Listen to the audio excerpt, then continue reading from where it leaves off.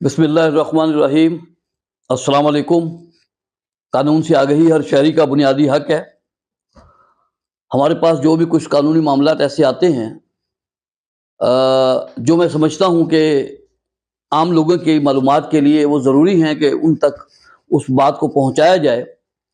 ताकि कभी भी किसी के साथ कोई ऐसा मामला हो तो आप उसको किसी को बता भी सकते हैं। तो आज का जो मामला वो ये है कि एक फैमिली मेरे पास आज आई, तो उन्होंने मुझे ये बताया कि खातून ने बताया, उसके बच्चे साथ थे। उन्होंने बताया कि उनके जो मियाँ हैं, कोई 4-5 साल पहले वो अपने घर से किसी दूसरे सूबे में वो गए थे, किसी काम के सिलसिले में। उसके बाद उनका पता ना चल सका कि वो कहाँ गए, वो क्या हुआ, वापस नहीं आए घर। अब इन्होंने उनको हर जगह तलाश किया, जहाँ-जहाँ मुमकिन था, हर कोशिश इन्होंने की कि इनको पता चल जाए कि वो कहाँ चले गए। लेकिन पूरी कोशिश के बाद भी वो ये मालूम नहीं कर सके कि वो कहाँ गए, और उनका आज तक कुछ भी पता नहीं चला।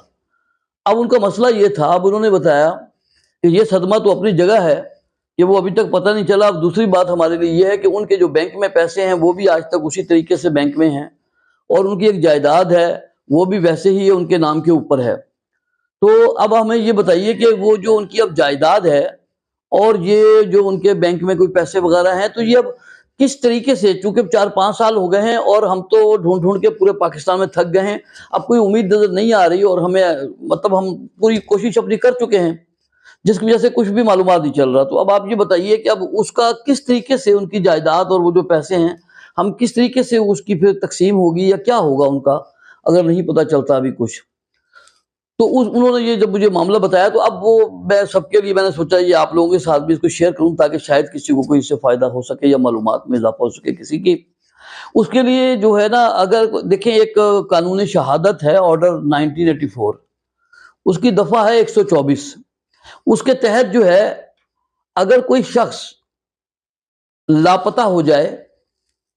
और पूरी तलाश करने के बावजूद भी मिल ना सके, और उसकी गुमशुदगी को 7 साल का अरसा गुजर गया हो,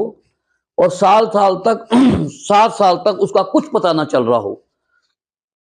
तो 7 साल के बाद उसको, जो मैंने आपको बताया है उस दफा के तहत जो है, उसको मुर्दा तस्वर फिर किया जाएगा कि 7 साल हो गए जी, वो लापता हो गया, 7 साल हो गए, पता नहीं चल रहा वो कहाँ गए, तो लिहाजा उनको मुर्दा तस्वर किया जाएगा। फिर उस जायदाद को उसी तरीके से मुर्सा में तकसीम किया जाएगा, जैसे एक आम आदमी के मरने के बाद उसकी जायदाद को उसके मुर्सा में तकसीम किया जाता है। तो इसके लिए करना अब यही होगा कि फिर आप एक बाकायदा एक सिविल दावा जो है वो आप सिविल कोर्ट में कर देंगे, जिसमें आप ये हालात वाक़यात का जिक्र कर देंगे कि इस तरीके से मेरे मियाँ वो गए थे, फिर आज इतना 5 साल का 7 साल का अरसा गुजर गया है और वो अभी तक बावजूद तलाश के मिल नहीं सके हैं, लिहाजा हमने पूरी कोशिश की है। तो सबूत और शवाहिद और गवाहियों के बाद अदालत जो है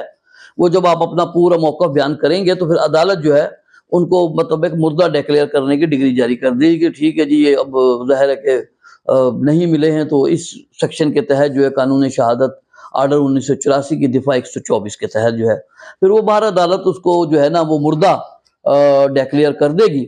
तो उसके बाद फिर उसकी जो विरासत है या उसके जो भी बैंक में पैसे जो कुछ भी हैं, वो फिर इसी तरह शरीयत के मुताबिक जिस तरह तरका तकसीम होता है, इसी तरह वो भी तकसीम होगा। तो ये बहरहाल एक मालूमात के लिए एक ज़रूरी मैंने समझा, तो मैंने सोचा ये आप तक भी मैं